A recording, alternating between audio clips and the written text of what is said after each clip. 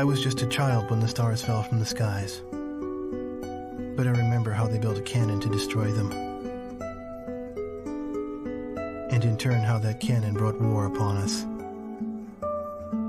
War was an abstract idea, nothing more than a show on TV. As a child, I only saw it as something that happened in some faraway land.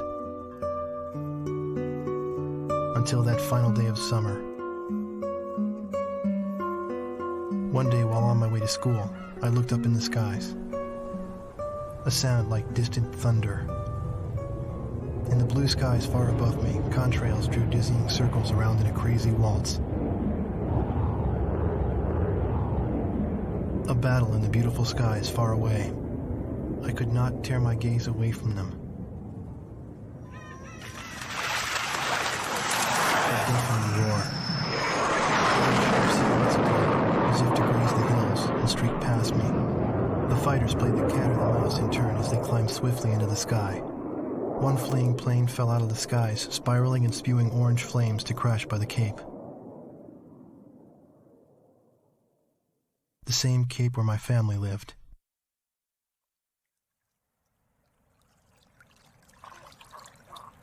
Now they only live in my memories of days past.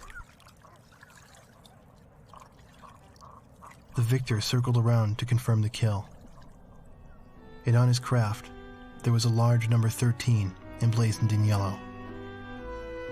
I will never forget this. The Allies retreated across the ocean before the onslaught of the enemy.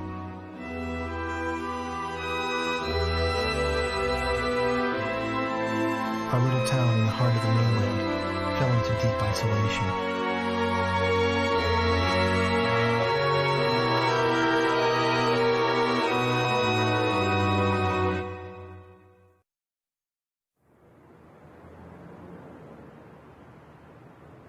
The war seemed to unfold in the blink of an eye.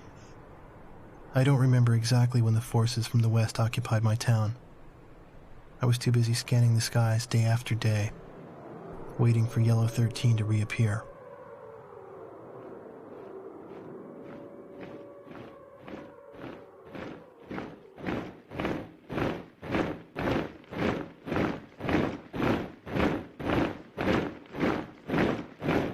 Before I knew it, everything changed.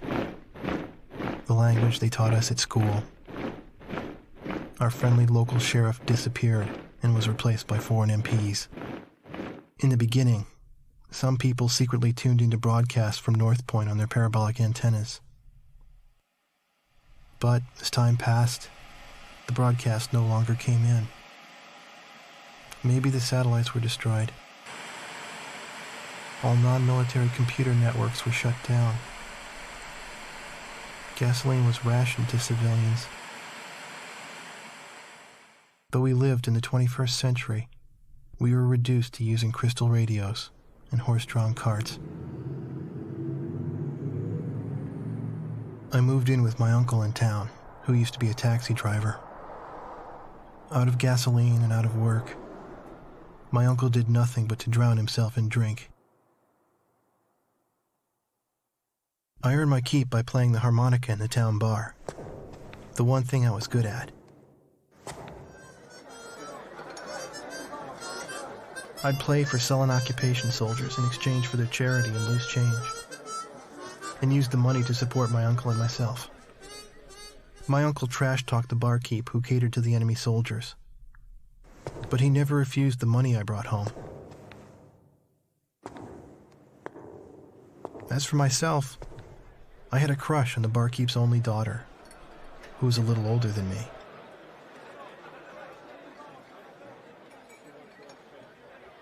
Another day passed, yet still no sign of the fighter plane Yellow 13 in the skies above our town.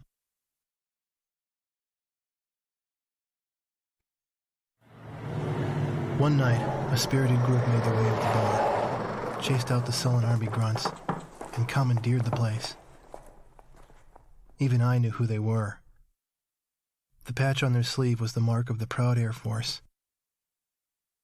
A loud-mouthed, middle-aged man went around, announcing each pilot's results for the day and his running kill record. For those who exceeded 5 kills, a thorough toasting and soaking followed. I believe it was their custom to call a pilot an ace once he shot down 5 planes. After completing the day's review, the same guy, the squadron adjutant, went on to announce, "And now, for our leader's results." Everyone turned around to look at the quiet man who sat alone, strumming a guitar. I found myself drawn to the music from his guitar. Our Yellow 13 bagged 3 more today, bringing his new tally up to 64 kills.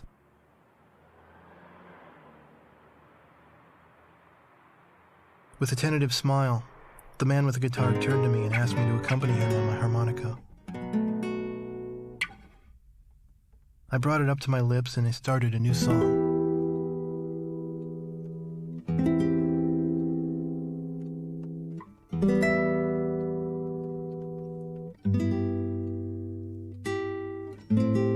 I had finally found him. But by some fluke, it was my father's favorite song, the one he used to play at the end of each day.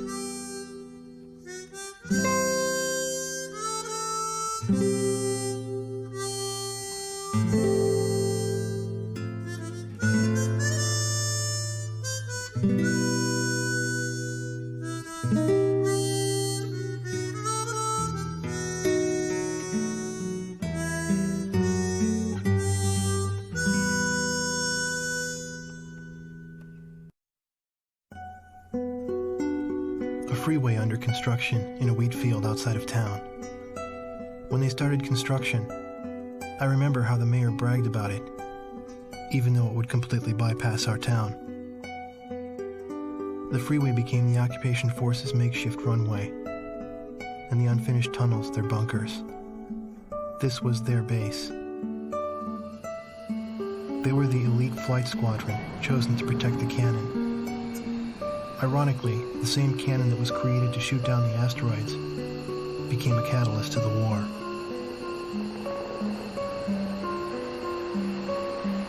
But when the Allied attacks no longer came, the squadron was assigned long-range missions that took them to distant battlefields.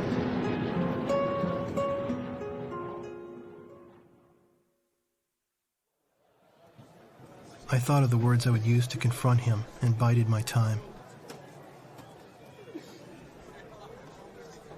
Although I harbored these feelings within me, I could never get close to him.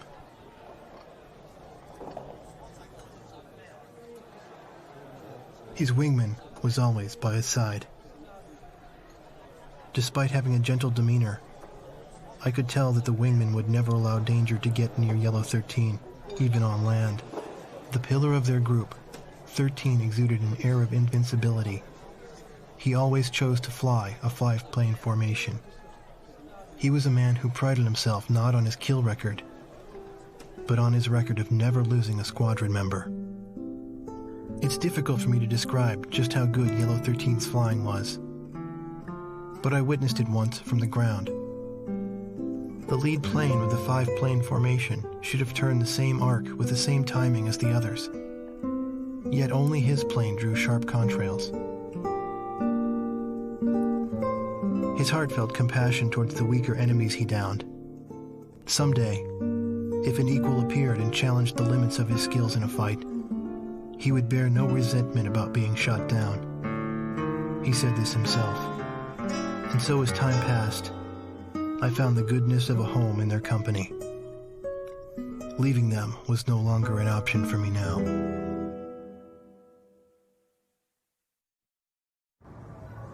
At some point I realized my uncle, my would-be guardian, had vanished. Maybe the secret police dragged him off for some drunken comment he made. Maybe he chose to disappear. I didn't have anyone to turn to, so I found myself living as if I were a member of the Yellow Squadron.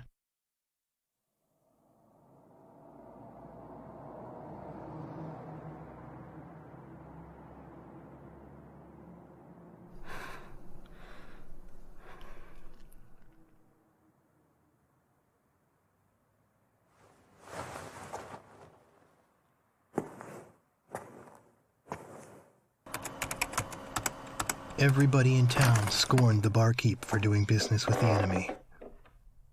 In reality, he and his family were members of the resistance, gathering up intelligence information from enemy customers. His daughter protected me, but that was only because of my tender age.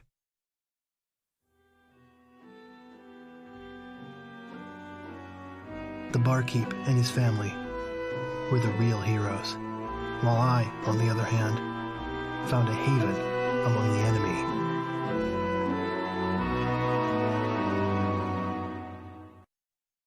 It won't be long now. It won't be long till it begins, the barkeep's daughter confided to me. As a member of the resistance, she eagerly awaited the Allied counterattack on the mainland. What will happen to these people when the Allies come? I asked, to which she frowned. We'll run them out. This is our town. But I knew she didn't mean that from the bottom of her heart. 13 had captured her heart. I knew this from the way she shot jealous glances at his wingman. As other pilots rotated out of Yellow Squadron, Yellow 4, 13's wingman, always stuck by his side, even on land. The only female pilot in the squadron, she had Yellow 13's absolute trust as his wingman. Yellow 13 seemed oblivious to all this, and instead reviewed the promising enemy pilot's performance from yesterday's skirmish. He's so close. If he manages to stay alive for just a while longer, that pilot could be a worthy opponent. But when there were no such enemies to look forward to, 13's eyes were sad. Bombs were delivered to their base. This meant that an enemy who had to be fought by those means was close at hand. The resistance blew up the squadron's runway. Yellow 4 suffered light shrapnel wounds. Though the runway could be fixed, the complete loss of reserve supplies was a heavy blow. Logistics support became infrequent following the Allied operations. I knew this because Yellow Squadron's crew chief bellyached about this all the time to me. I won't complain if I buy the farm while I'm airborne, but I can't stand being taken out while I'm grounded. Now I understand 13's feelings. Reports of the Stonehenge air raid came in. Yellow 4 went up with the others. With no bombs, her plane was light. But her plane was in bad shape. It needed an engine replacement badly. Though he lost 4, 13 never openly showed his sorrow. But I found out. He was alone, quietly gazing at the handkerchief Yellow 4 left behind. When he felt my eyes upon him, he said, "No matter what, she can't complain. She went up with her plane in disrepair. Pilots are responsible for their planes." He then went on and spoke of the time when they first met. He spoke of when she was just a girl, before he trained her, before she became a fighter pilot. His words weren't directed at me in particular. He was keeping a precious memory alive by speaking those words. The hint of perfume on her keepsake handkerchief. Yellow Squadron's pilot turnover ran high. The skilled ones went in to shore up other units while rookies with little airtime transferred in. Yellow 13 posted an Allied paper faxed over by headquarters. It praised the pilot who destroyed Stonehenge. 13 said to everyone, "Look, here's something worthy of praise. Even among the enemy there are men like this. Not all of them are despicable bastards who rob our wings through cowardly sabotage." I stared at the barkeep's daughter as she winced at those words.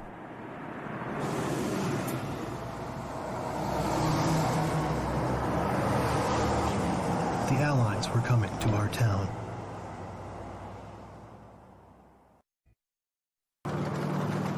As the Allies advanced, the retreating Erusian forces from the east filled our town. The AA gun crew set up their positions atop the hospital, and Yellow 13 smoldered with quiet anger over their tactics. Nights were long, with the town's mandatory blackouts. The barkeep's daughter tried to plant laser transmitters for detonating explosives. She got caught.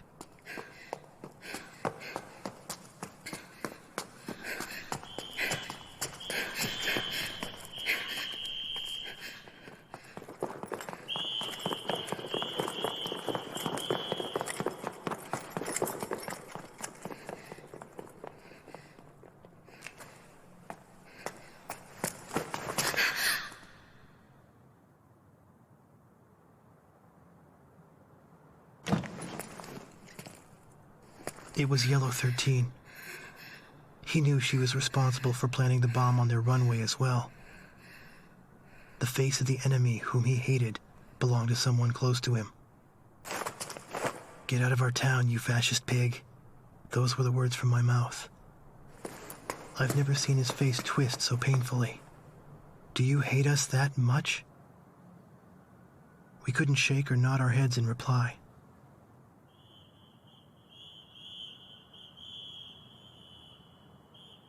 It seemed like an eternity passed before he said go and released us. The next day, there was no change in his attitude. As usual, he made his requests to the squadron crew chief. The poor fuel quality is affecting thrust. As soon as the Allied forces drew near, the resistance would end the blackouts over the city.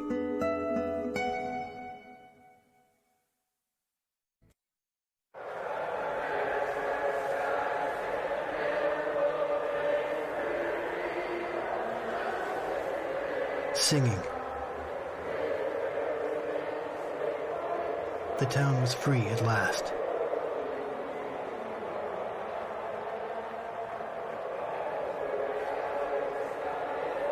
During the night raids, the AA gunners had strafed the town in an attempt to shoot down low-flying aircraft.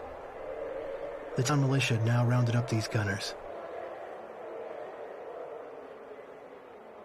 They retreated as well, and now their quarters stood empty. After what seemed like a long absence, Allied aircraft soared overhead. I wondered if the fateful enemy Ace, the one that Yellow 13 longed to meet, is on. What would happen if they ever came face to face? I fell in with the routed Erusians and followed after the squadron. Yellow 13's body vanished into the blue skies, never to return to Earth. Only a single handkerchief fluttered down from the sky where he disappeared.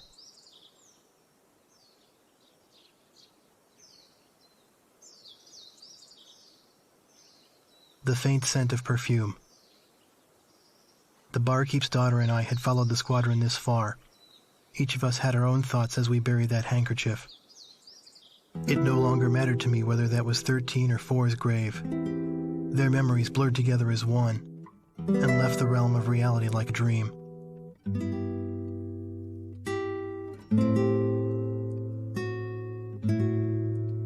The terms of surrender were accepted that day, and the war was over.